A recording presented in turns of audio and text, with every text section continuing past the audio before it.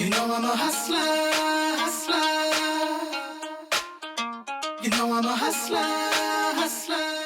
Hey, this is your boy Lauren back again with another episode. Today I have a very special guest, Peter Banigo. He's the CEO of Target ICT Ltd, a tech integration company, and he also a host of a podcast.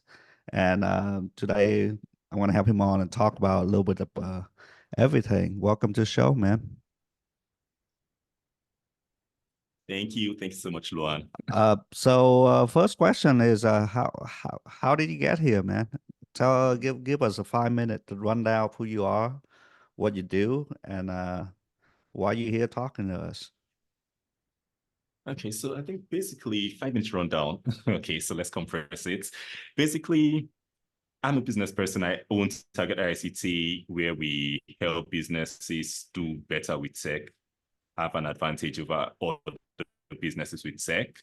Also, I have the Business Has a Tech Your Business podcast, where we teach businesses about latest technology and co. So how I got here, actually, at the beginning, I was supposed to be a medical doctor when I was a child. But I think for some reason, I saw people doing their anatomy practicals, and I changed my mind and decided to go into engineering. Then I didn't know business was a thing because my family had no entrepreneurs. So engineering was the next step. I studied engineering, actually. I did a 5-year course in petroleum engineering, did a master's in petroleum and environmental too. But at the end of my 5-year course, I now realized we have an internship, like 6 months internship during the 5-year course. And at the midway through the internship, like half of the team got fired. And at that point, I realized, okay, this is not as nice as it sounds. This can happen to me if I have a career here. So I started looking out for other things. And that's when I read a couple of books, discovered entrepreneurship. And at the end of my 5-year course, I started my first business, a web hosting business, started a lot of things after that till I decided to focus on Target ICT.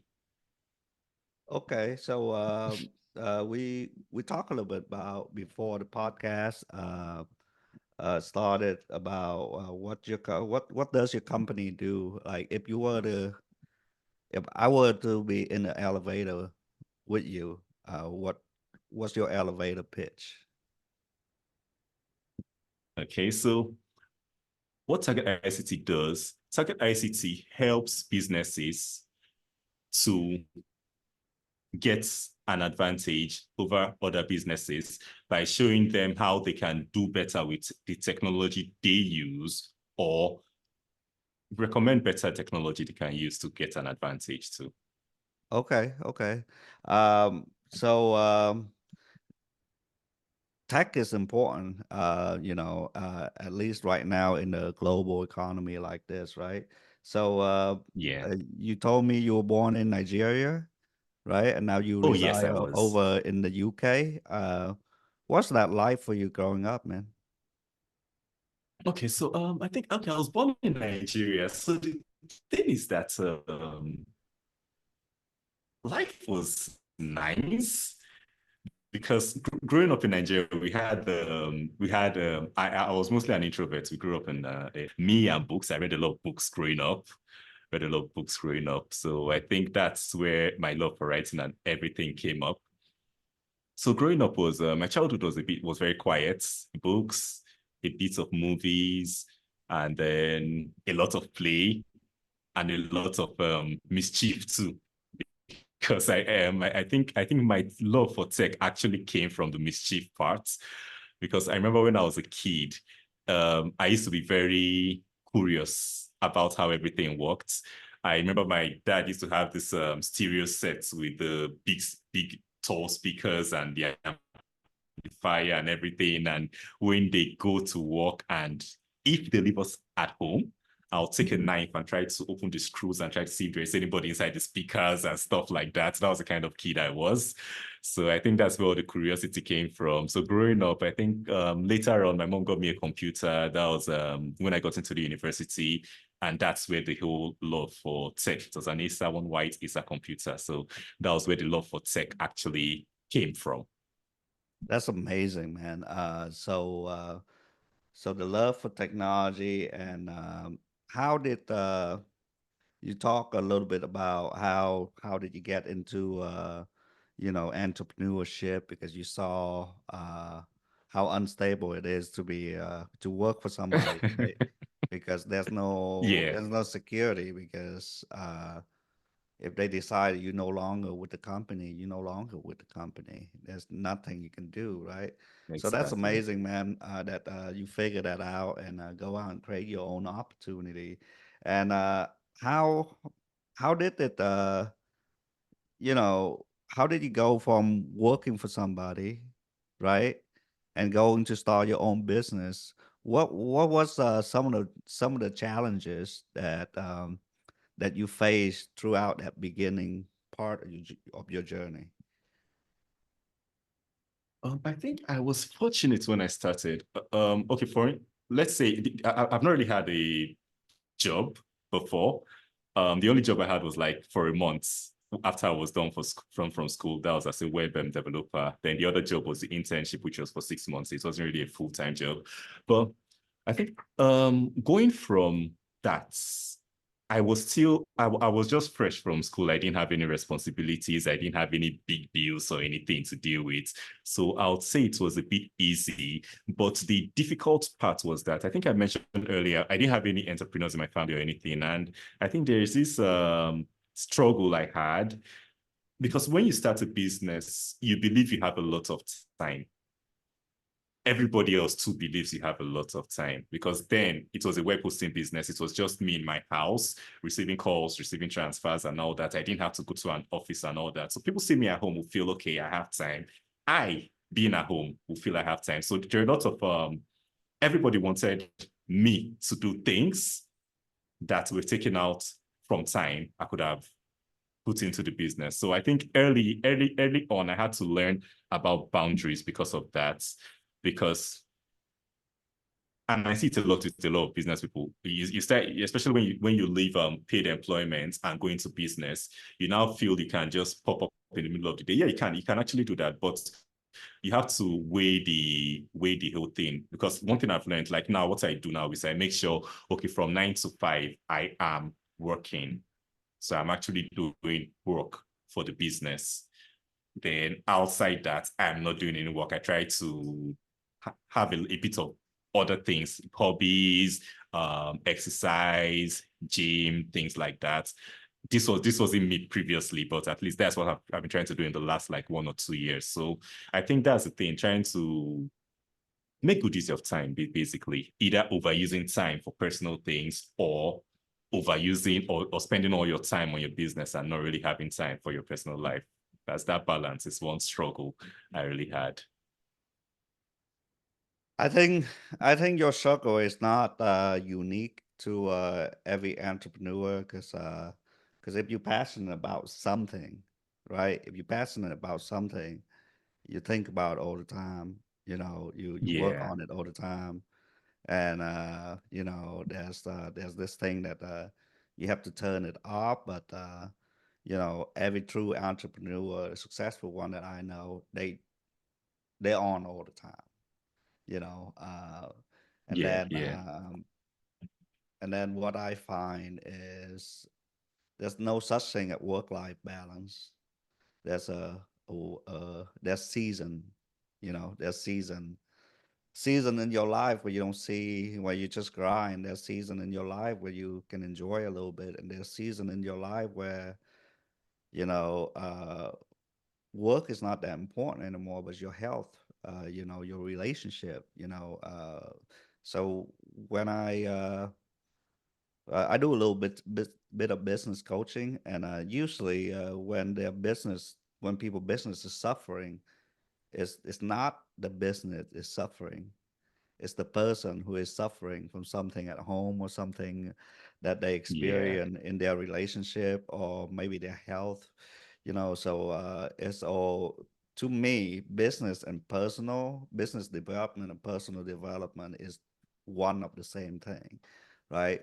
So, Yeah. so you can have a great business, but if your health is shot, uh, then you're not going to have a good business for very long, or eventually, the health issue will catch up to you. Or if you have a good business, your health is good, but you have no relationship outside of work, then eventually you can make it, but you're lonely. And we are an animal of community, so we need a community to survive. To kind of like a therapy. Church, Yeah. sport team. You need to belong to something, right? So really, when I coach people on these kind of things, it's never about their ability to do business, because they can obviously do the business, because otherwise, why would they pay for a coach, right? So really, so talking about that, talking about the balance between working and having personal, having a hobby, and having good health and things like that. Um, how important you think it is to have a clear mind to be in business?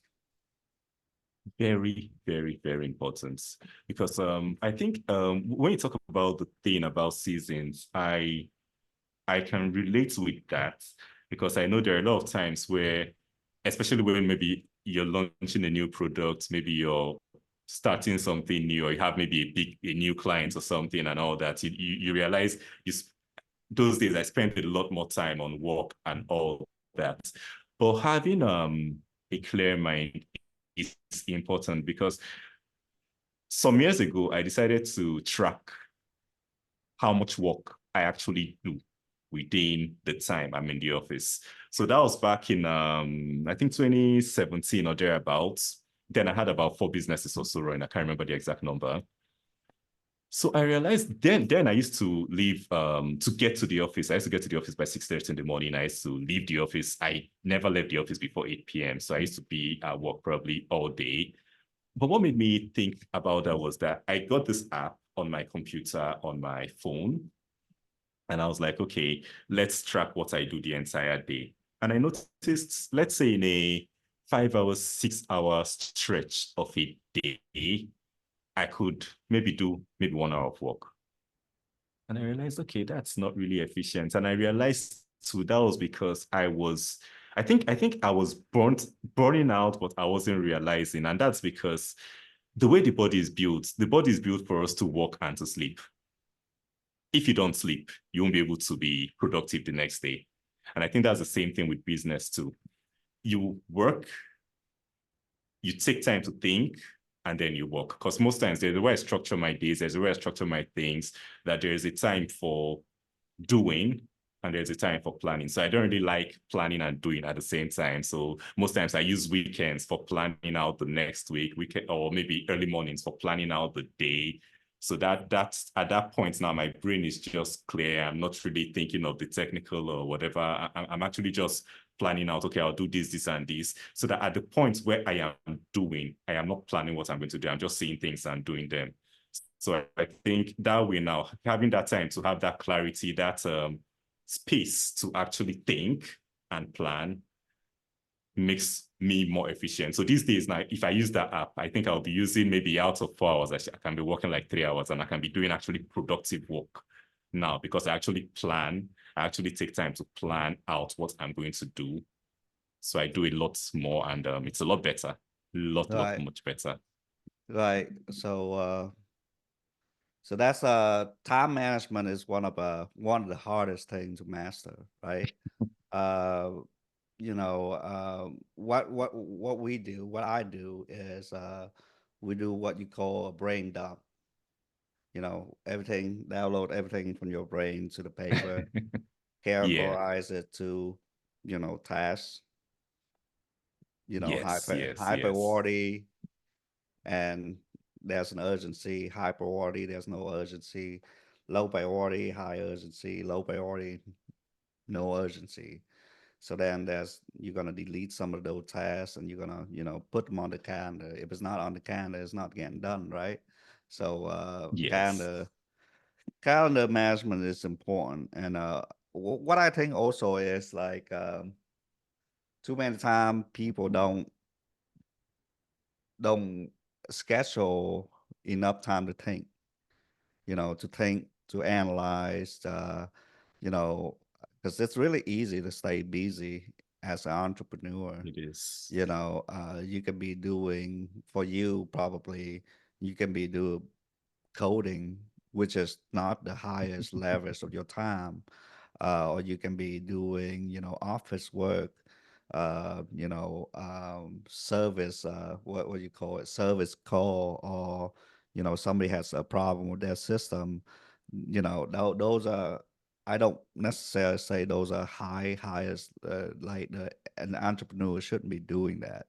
But then a lot of time people, a CEO is the person who fulfilling the delivery, which is, not the best use of our Efficient. time. So, so really, when I when I teach people how to build business, and this is work for any business, is an org chart is important. Org chart, organizational chart, who's doing what and who's doing where, when, what, how, and then who you report to, and then a lot of that is, just so you don't do 100 things at a time, and then your brain is what I call fragmented, scatters. That's you can't get Yeah. into the zone, the flow state, because 1 hour focused work, you can get a week worth of stuff. You can move a lot of things forward. You can move a lot of things, forward. And the reason why we don't do it because it's hard. It's you know, hard. it's hard to sit It's down one hard. hour and and do this and do that and do this, and someday while you run around all the time and you sit down, you're like, what have I done today? I haven't done shit. All I've been doing is putting out fire. So yeah, time management is key. And then also, you're talking about, you gotta allow yourself some time to think and some time for yourself. Talk to me a little bit about that. What is Peter time for himself look like? Actually, I actually spend most most of the time myself because I'm an introvert, so I'm on my own most of the time. But when I say time to think, I actually schedule time to think, especially on weekends. So these days, I try, not 100% successfully, but I try not to do work on weekends. What I do is think, like I mentioned earlier, planning out the week ahead and thinking about what's going to happen the week ahead, or thinking back through maybe goals that we had and we haven't achieved, or that are not going according to plan, things like that. So I actually schedule time, because previously I could say, oh, I'd like to do this on the weekend, but I didn't fix any time. And weekends, oh, someone can say, oh, let's go see a movie, or let's go for maybe this wedding or something. And before you know, the weekend is gone. I didn't do anything. So these days I try to schedule time to think over the weekends. That's for the business. So maybe like 2-3 hours, and I have this. It's always in front of me. So it's like I have a weekly. I don't know if it's a show, a weekly goal planning sheets for the week, and then the weekly schedule. So this is what is done over the weekend. So the week flows smoothly. Then apart from work, alone time, I think I just have a couple of, I have a garden in front of my house. I started 3 years ago, 2021, April 2021, with one plant. I have a lot now. So most times I just go out there and just do something apart from work. And I think it's a lot like this thing where they say your best ideas come to you in the shower. For me, a lot of my best ideas come to me when I'm with my plants, because then I'm not thinking about work. Yeah, I thought about work a lot before. It's all in the back of my mind. So now I'm here doing something else. But my mind is still processing those things I thought about earlier, and something just comes up. I just add it to my phone. Something comes up, I add it to my phone. Later on, I know, okay, I got this idea out there. So that's I do the gardening a bit of the time every day. Then think apart from that, I like messing about around my car, taking my car apart once, especially maybe weekends or something. Just I love DIY, so I just like taking things apart generally. So I think those are the things I do when I want to be on my own, apart from, okay, gym is exercise, so it doesn't really count. So I think that's basically it. Yeah. So why what what what make you think that the gym don't count? Okay, because I have a story behind that. When I was a Okay. kid, I was a fat kid. So I was the kid who back then we used to have when I was like maybe 8, 9, 10, we used to have physical education classes around on Wednesdays. So I used to make sure that's 8 o'clock in the morning on Wednesdays. I had to make sure every Wednesday I come late. I come to school like 9 o'clock. If I come early on a Wednesday, I'll make sure I hide in the toilet till physical education is over. That's how bad I was. I was the one who, if we have a race, I'll be at the back. I'll be the last in the race. I was totally zero when it comes to health, physical fitness, and everything. So I think that went into my adulthood. I never stepped in a gym till 2023, February 2023. That's okay, that's just last year, actually, a year and maybe 6 months or so ago. That was the first time I stepped in the gym, and that's because I started a health journey. So that's why I say the gym is not really a leisure thing to me.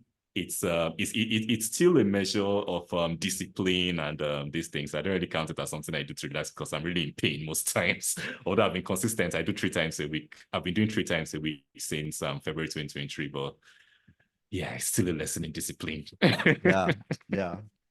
So I mean, I think to have a clear mind, yeah, uh, this thing cannot be in your present, right? This Yeah. little magic thing, but also little devil right here.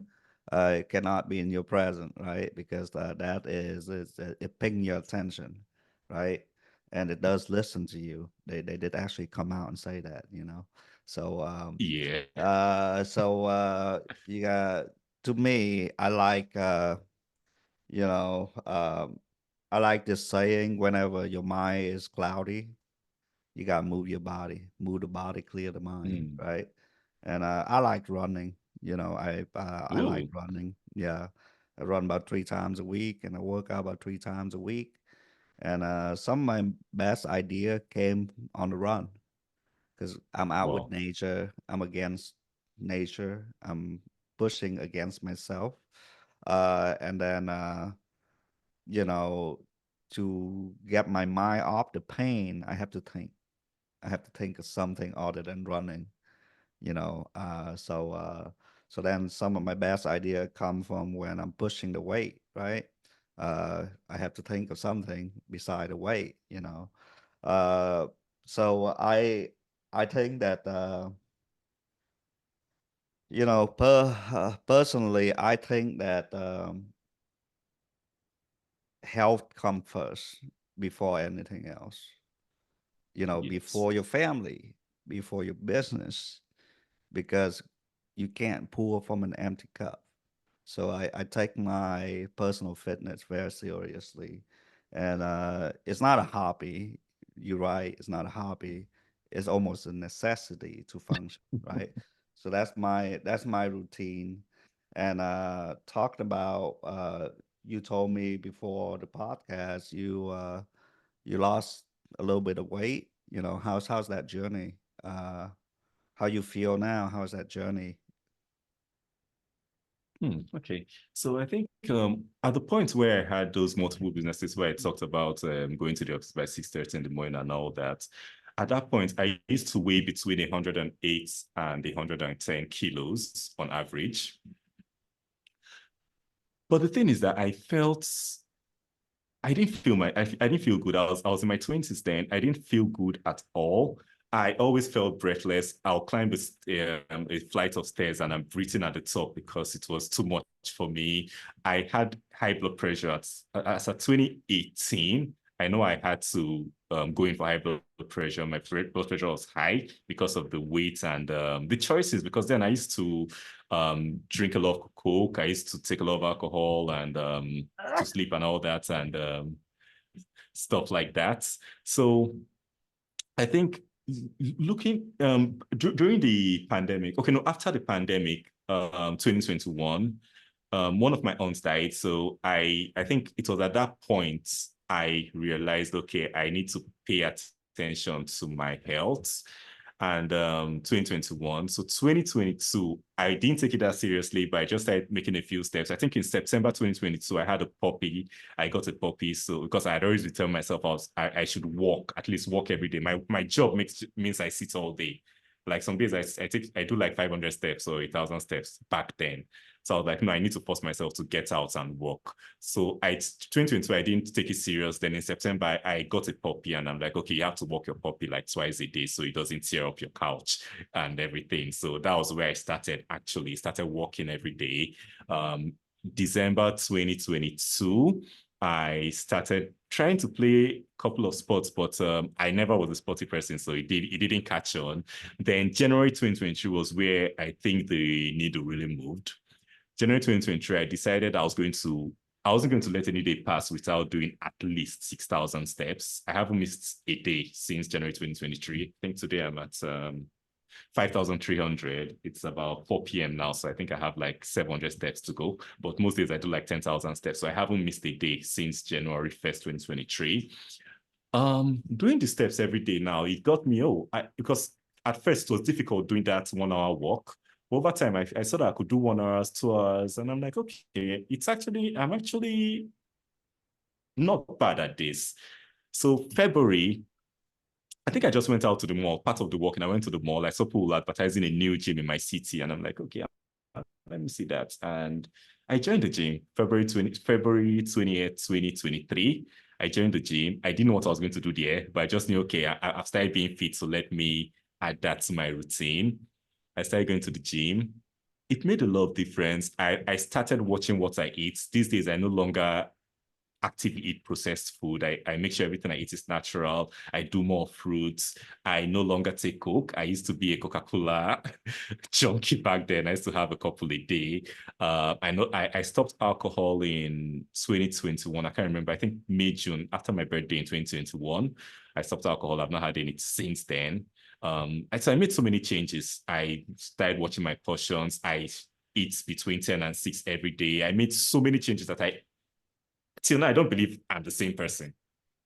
I don't believe I'm the same person because I was the person when I got to the office those days, 7 a.m., I have to eat a heavy meal. If not, I won't be able to function that day. These days, I go to the gym on an empty stomach. I come back home and I wait till 10. And by 10, I don't even eat a full meal. I eat maybe fruits, a couple of fruits. Then I eat my first actual full meal by maybe 1 or 2 p.m. And the funny thing, how I feel, I always tell people I feel younger and stronger than I did 10 years ago, which is weird. My brain feels clearer. I'm able to do more than I could do back then. I mean, these days I hardly even drive my car. If it's like less than 5 kilometers, I walk and I come back. There's no point driving. So because I actually find joy walking these days. That's how bad it is for me right now. I think that's basically it. Yeah, so I mean, there's a lot to unpack here. You think the main thing that congrats to you is you quit alcohol. That's not an easy thing to do, and It was hard. because it's just the ritual around it, right? It's going out, friends, social norms Yeah. say you must drink to have a good time, right? Yeah. Uh, I drink occasionally, but there was a point in time where I'm like, alcohol doesn't serve my purpose. So cutting that out was easy. And you say something that pique out my interest. But you say you're not the same person anymore. You're not. You're not. at all. What I call that is an identity shift. You're not, you decide to be the healthy person. That's why you quit alcohol. That's why you decided to intermittent fasting. That's why you decided to walk 6,000 steps a day. That doesn't happen if you didn't change your belief around, around whatever it is that you are consuming, you are doing, and you are moving. So if we really dial it back, it's just, science, right? You move more, you eat less. It's so simple, right? You move more, you eat less, Eat and you lose less. weight. It's so simple that nobody does it. And the funny thing is, I actually tried this 2 times before 2023. Uh-huh. I tried it in 2015 because I know after my master's, that's when I added most of the weight. So I came back and I'm like, oh no, I need to lose weight and all that. I just woke up and cut off carbs, cut this, was eating so many different things. And I lost weight, lost maybe 5, 6 kilos, and then I added more than that. Because then I wasn't, like you said, I needed to be the person. I needed to be the healthy person first before I could become that healthy person. But then I wasn't. I just was forcing myself not to eat what I would usually do. These days I eat what most of the things I eat are things I'll eat on a normal day, but I just make sure, like, packaged food, I try to minimize packaged food, cornflakes and things like that. I try to eat things that are just maybe fresh from farm or fresh from this thing, meats and co. So it's that's all I do. But most of the things I eat are things I would have eaten before, but I also control my portions too. So you're very right on that. You need to be the person first Yeah. before you So can have other person. Yeah. so so what we call that concept is be, do, have. You need to so Mhm. this is why religion is so powerful, because it's transfer conviction down to people, right? Uh, so what would, for example, if you try to be a good human being, but then you have all this type of belief that holding you back or whatever. So then you would ask, what would Jesus do? Right? So the same concept applies Yeah. here. The same concept apply here. If you try to change yourself, okay, what would a runner do? He'd go fucking run, right? What would, a fit person do? He wouldn't eat like shit. What? So if you decided, what would a good business person do? He probably gonna be working on his business instead of working in his business, right? So all the answers are out there. All the answers are already within you. So you just have to decide to be that person, right? And then from then on, then all the decision that you are doing is to try to align with that identity that you have. So now, if you decide to be a runner, well, I need to plan my run. Well, a runner would have running shoe. A runner maybe would lose a little bit of weight, so it doesn't have a lot of wind drag. A runner would probably sign up for like a marathon. A runner would probably get some type of tracking device to track his time on every run. A runner would probably join a running club to, ask for advice, a running community. Same thing with, a business person. Okay, if you want to be a successful business guy, well, you gotta act like a successful business guy. What do they have? What do they do? And then you can have the thing that you want. Okay, the True. reason why you decide to be a runner is you probably want to feel better, or you want to slim down, or whatever it is that you're trying to achieve by being a runner. Same thing with being a non-drinker. What is it that you try to achieve from being a non-drinker? Probably cut calories, probably have a clear mind. Probably, there's a lot of things that go into it. But really, when we really sit down here and talk about, oh man, changes are so hard. It's not hard. You just have to make a decision And what is decision? What's that word? If you break it down, decision is to decide to kill off something else and just keep one. Mm. That is decision. So if you make a decision that you're gonna go on a diet, that means you decided to kill off everything that wasn't on the diet.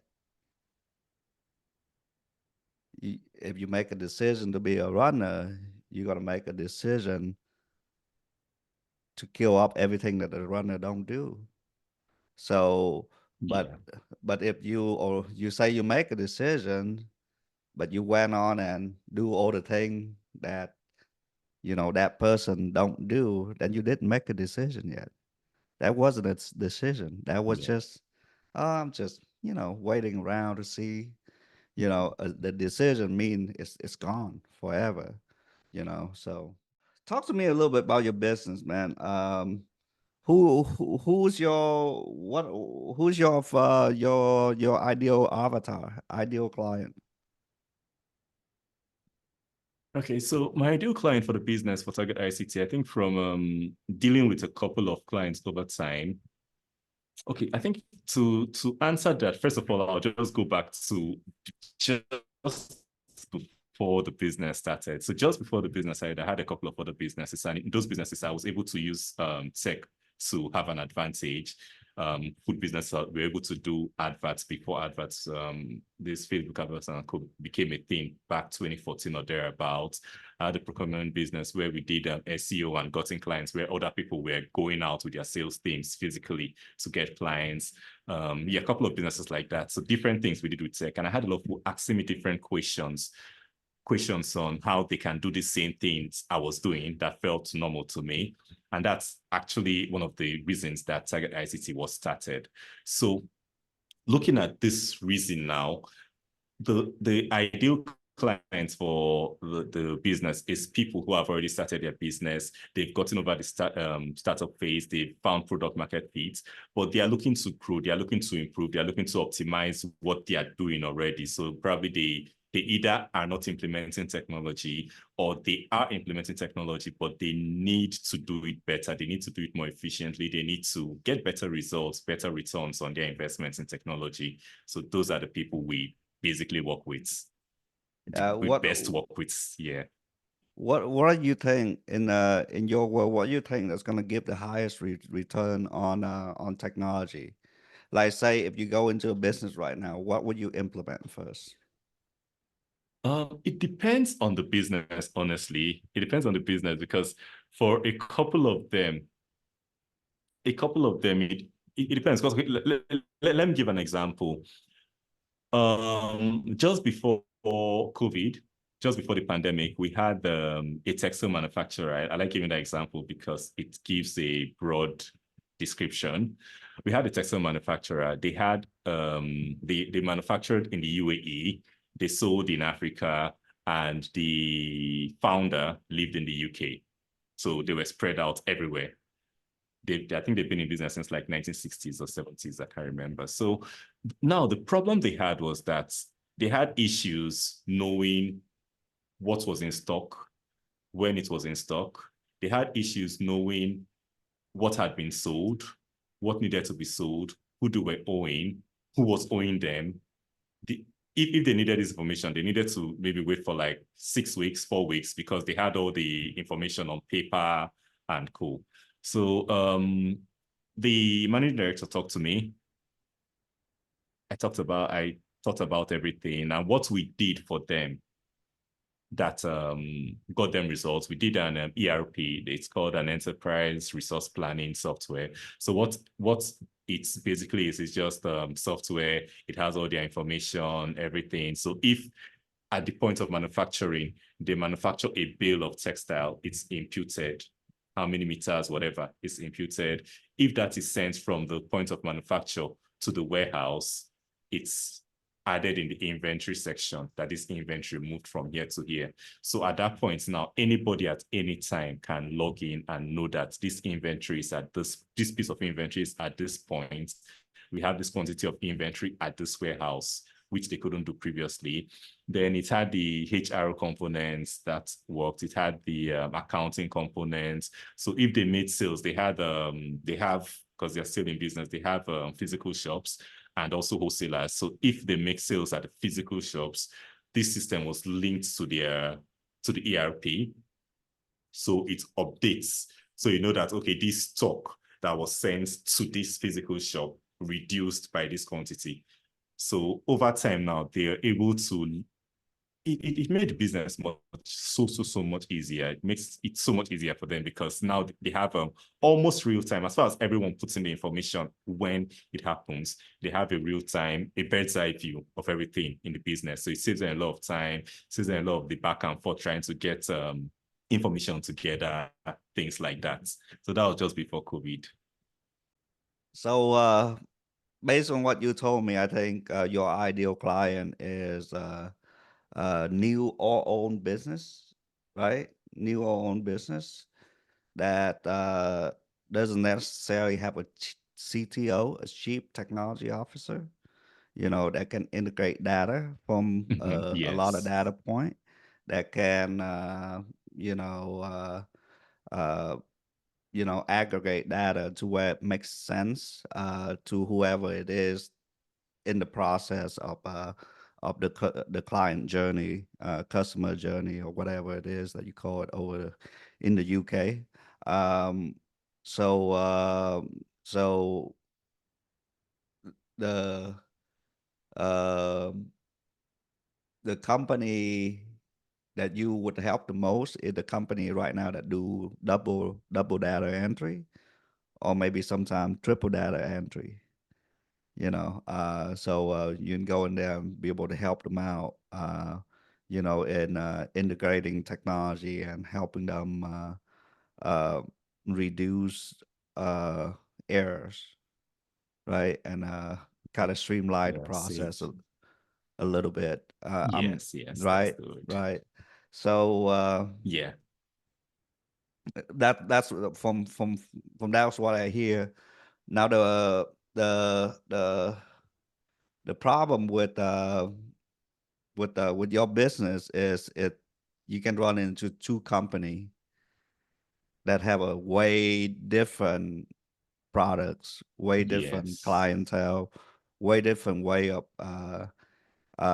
collecting and analyzing data, and you have to figure out, basically have to learn that whole business and figure out, hey, uh, what kind of data, what kind of technology would be good for them right now. What kind of organization are they? Are they a marketing organization? Are they a sales organization? Because most of the company are, or are they a products organization, which is what the manufacturing company is a product organization. So so for marketing organization, it's probably just um, something that relate to SEO, relate to auto reply to all the reviews, relate to uh, you know, speed to lead, you know, getting to the lead right away and letting them know that we're here for them, chatbot, etc. For a sales organization, Yeah. probably a follow-up system would uh, would increase their revenue overnight, is having different funnels, that go up on different time on a different segment of client. Hey, we did a demo for them, but they didn't buy. Well, they go into this bucket. Oh, we did a demo for them, they bought. But now I don't know if they need help again, or they know anybody that can help me again. Boop, they go into a bucket. Oh, these people demo didn't buy, or or something. There's so many ways you can segment out. So that's for a sales organization, um, and for production, probably something like Monday. If you have to. If you have Yeah. to build out a product after sales, then something like Monday, some type of project management uh, cycle would help. That's just trying to provide value here. So that's just what I think. Yeah. I am not in the technology game, so. Yeah, I think this thing you talked about was something I had to, because like you said, it's got to a point where each clients we meet with, okay, like for this manufacturer, we had to actually work with them for a couple of days to know how everything functioned. This thing you talked about, each client, we need to work with them to know. So I think it's got to a point where we're duplicating, doing something new every time. So I think these days now we're trying to build a single product that would make its instant setters. So what it is basically is it's still the same, integrating technology, helping people do better with technology.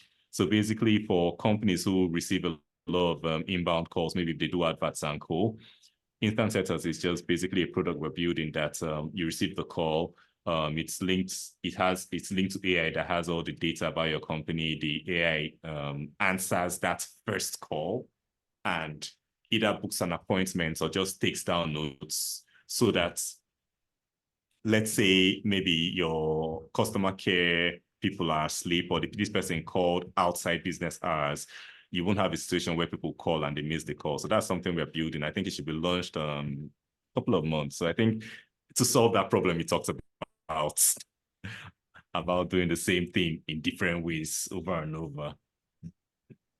Yeah, so I know a lot of guys that in the same space you are, and you know, one of the things that helped them a lot is they need to pick somebody, an avatar, uh, a company that they can serve. And for you, based on what you told me, is you're pretty technologically advanced, and you know a lot about technology. So it's not about trying to serve everybody, right? It's trying to serve the one avatar, so you can build one product for them. And if it works for them, they're gonna tell their friends about it, and they're gonna tell their community about it. So now you don't have to build it again. It's the same stuff, but the same guy, different hair.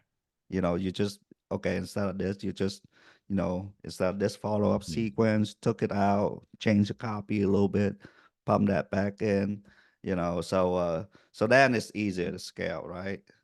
So then you don't have to worry about working with different company at all time. You're working with one avatar, and most of the business eventually most of the business eventually Yes. will do the same thing. There's marketing, sales, operation, production, recruiting. Most of business, when it get big enough, there's 5, 6 department all circling around the same thing. So yeah, man. I wish you the best of luck, and thank you for coming on. It was a great conversation. You know I'm a hustler, hustler. You know I'm a hustler, hustler.